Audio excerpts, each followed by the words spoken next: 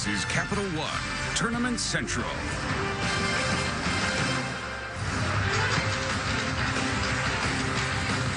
The Zags celebrate 77-73 over the Gamecocks of South Carolina in the first national semifinal of this day in Glendale, Arizona. At the University of Phoenix Stadium with about 77,000 watching it live. And the Zags advance to the championship game on Monday. Coming up next, it's North Carolina and Oregon for the right to meet the Zags for the title on Monday. Something tells me Mark Few is about to get drenched as soon as he makes his way in there. Ernie, I would be surprised. You would be surprised? Because I think they know they got unfinished business. I would be surprised if he doesn't get drenched. Not with 18 bottles of water in everyone's hand. I do. That's right. There's no surprise for that. You know, I will. First of all, they should celebrate, but I think they're going to be subdued. They know they got unfinished business. Okay, well, that is a possibility. We have our cameras there, and I'm sure that they'll be able to chronicle that for us. At any rate, Gonzaga over South Carolina, despite a great Gamecocks comeback to take the lead in the second half. It was something to see. It really was. They never gave up, and we had come to see and expect that from the Gamecocks. They just grind you. There's a celebration. Well, I would be surprised. That's uninhibited. That is uninhibited there. Only you would be surprised if 15 kids with 15 bottles of water are not going to throw it on their coach. As I told you, you guys better find out what Spokane, Washington is. Oh, okay, coach. Be careful there, Mark. No, that's his thing. That is, okay, Chuck, you're 0 for 1 in predictions in the postgame. No question. Here's why Gonzaga is celebrating. Let's go back and check out the story in this one. What a game. Karnowski. There was certainly concern. If you're a Gonzaga fan, first you see Collins on the feed. Boy, he was terrific, too. Zach Collins was outstanding in every way. Early on, though, this was a fast-paced game, guys. Up and down we go. There's Chris Silva throwing it down. Gamecocks going toe-to-toe with Gonzaga in that first half. And then the three-point shooting started to create a little separation. Jordan Matthews there, Ernie. Yep, made it 29-26, and then Jonathan Williams assisted by NWG. Yes, sir. He was terrific, other than he didn't score the last 10 minutes or so. And this is where Karnowski went down, got raked across the face. Great block by Silva, and then the after reaction of the block, he got right across the face of Karnowski. Well, that's why he's a basketball player, not a boxer. One punch should knock you down. Well, he got poked in the eye, man. That's the problem. Wait, one poke in the eye should make a big man like that fall down. It's hard. I don't care how big you are. If you can't see, it's going to affect you. It's going to be hard. Stop it, Ernie. Right. You know what? At the break, it was 45-36. Now we go to the second half. Well, I always thought that South Carolina was going to be still in the game only because they were missing good shots. It wasn't like they were taking terrible shots, missing good shots, getting the ball in the paint, just not finishing.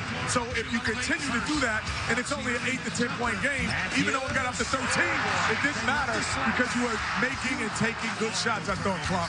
And then they got into the bonus early, too. But here you see Nigel Williams-Goss. This was moving towards the largest lead of the game. Actually got to 14. Yeah, it would. It would get to 65. 51 is where it would get. And Clark, he had a great point. When they got in the penalty early, I think that loosened up the rim for South Carolina. No question. So the 14-point lead, 65-51, about 10:45 to go in the game. And what does South Carolina do? They come back with a 16-0 run to take the lead. And this is the big three right here by Thornwell to help move them closer. But I think in that 16-10 run, Ernie, I think they got 6 or 8 of those points from the foul line. They did. Man, I really like Dozier. I'll tell you what, man. And Silva was tough He all sure day was. long. He was battling those two big guys for Gonzaga inside pretty much by himself. But Dozier was the best player. He was the best player on the floor today. I don't know about that. That Collins kid might have been the best. Golf Williams was fantastic also. Karnowski gets up And Gonzaga up by 3, and Collins with the big-to-big right there. Yeah, actually, you give Mark Few a lot of credit. When he went big, that was huge down the stretch. He took a chance, and it worked. Thornwell missed on purpose I thought that was the case. Close to it, it looked like. I didn't agree with that. I didn't either. I did not think he should have made both, pressure the ball, and see if you can force a mistake. Without question. Because if you miss it, they make 2 free throws, the game was over. Because if you make it and they make 2 free throws, you still got a long heave to possibly tie it up. Yes. 77-73, the final score. And so the magical run of South Carolina comes to an end. And Gonzaga now 37-1. That lone loss coming late in the season against BYU. And that happened in Spokane. But Kelly Olynyk, the Zags, speechless with so much to say. Let's go, Zags. That's awesome. Great job. They are in the championship game on Monday. Who are they going to face? North Carolina or Oregon? They're not even thinking about that right now. They're just thinking about being there in the moment. All Zags.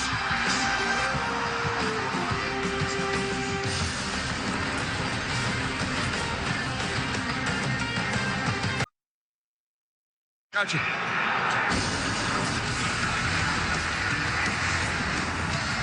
Welcome back to Capital One Tournament Central. Experience Intel True VR, which lets fans pick the vantage points for the best seat in the house for the upcoming game between Oregon and North Carolina. Download the March Madness Live VR app powered by Intel True VR from the Oculus Store, and you do it right now.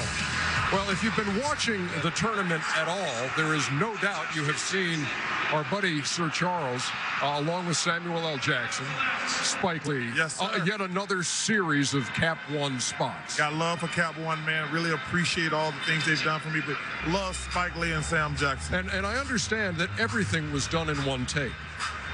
Apparently not. Watch this.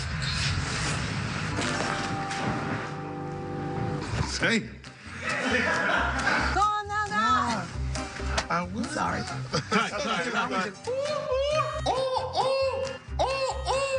Felt like a dead chicken. You've been a better player. You be in the Hall of Fame. Oh, you're in the Hall of Fame, huh? Yep. By accident.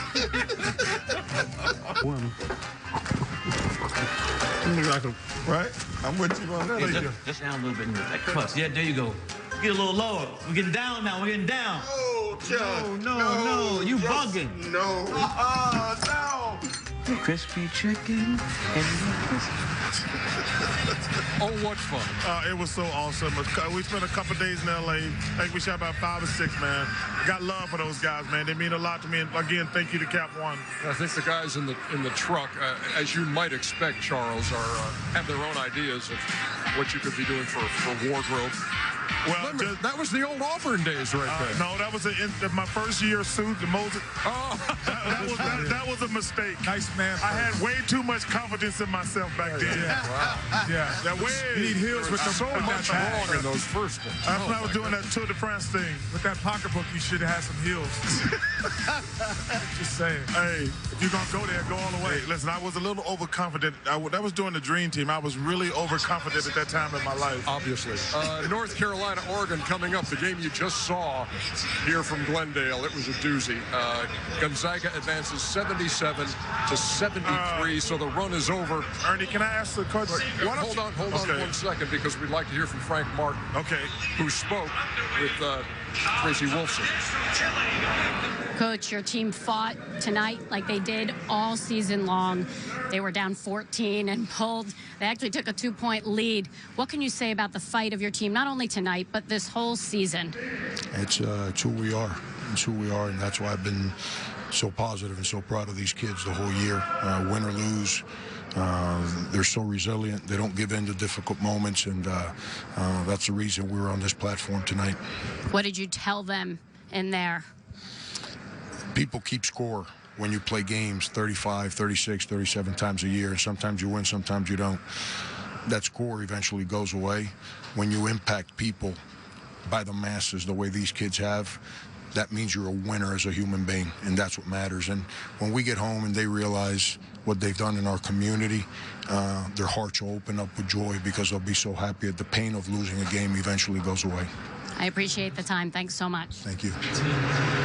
And that's one of the things is, you know, we sit here, we've got the North Carolina student section behind us for this next game. We had the South Carolina student section for that opener. And it was such a huge day for them, and they were loving every minute that it was tough to watch them kind of file out here with that kind of feeling of desperation, and now, man, we came that close. Well, Ernie, what they have to look at is nobody expected South Carolina to be here. What Frank and those kids did is amazing. Right. Knocking off Duke. Nobody expected. I think I saw a thing that said South Carolina had the lowest percentage of all the brackets in America. They had some 16 seeds. Had more people thought they would get to the Final Four than South Carolina. But hat off to Frank Martin and those kids. Shout out to Darius Rucker. Love you, man, but great run.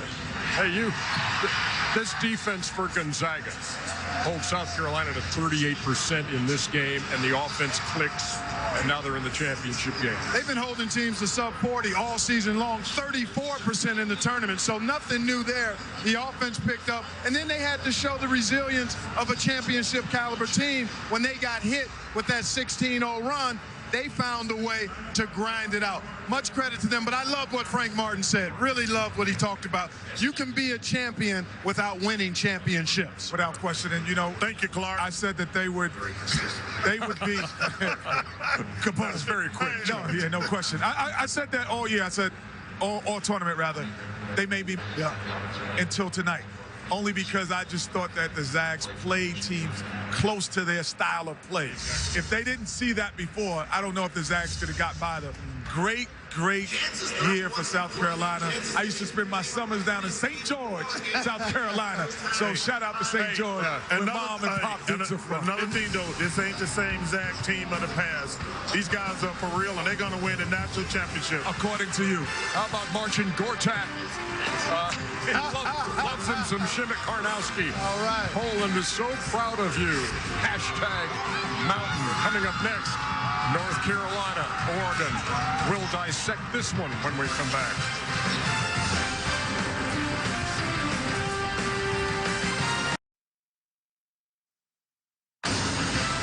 This is Capital One Tournament Central.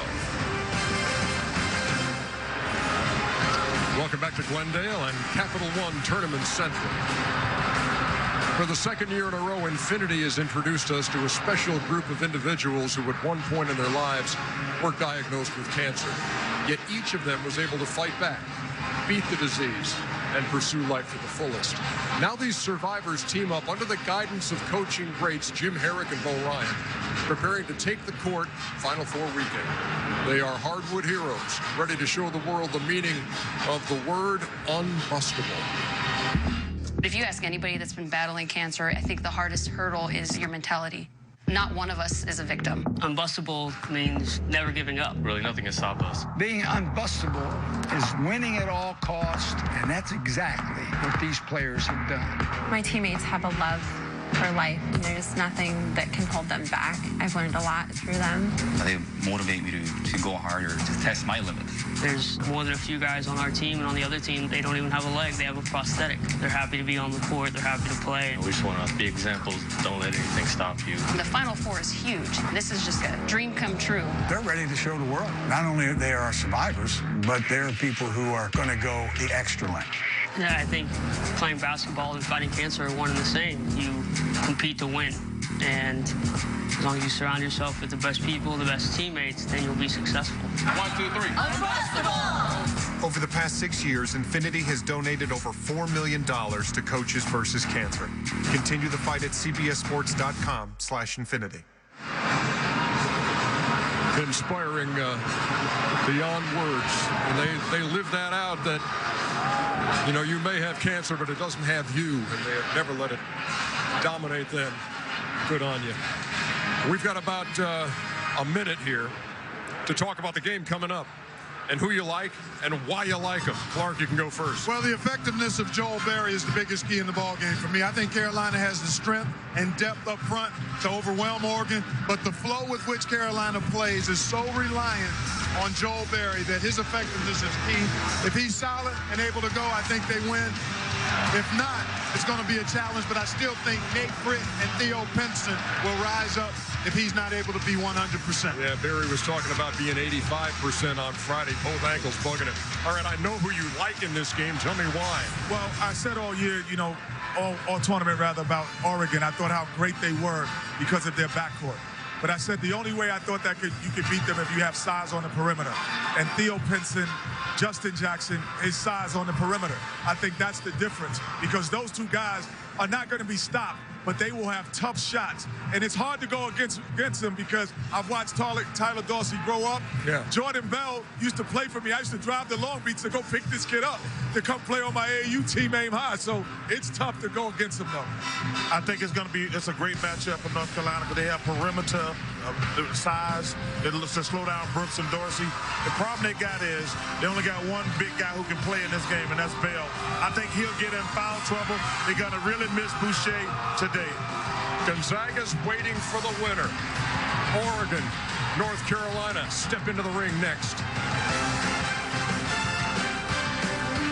Before the moments, before the memories, every shot at the Masters is imagined on the range. Starts Monday on CBS Sports Network.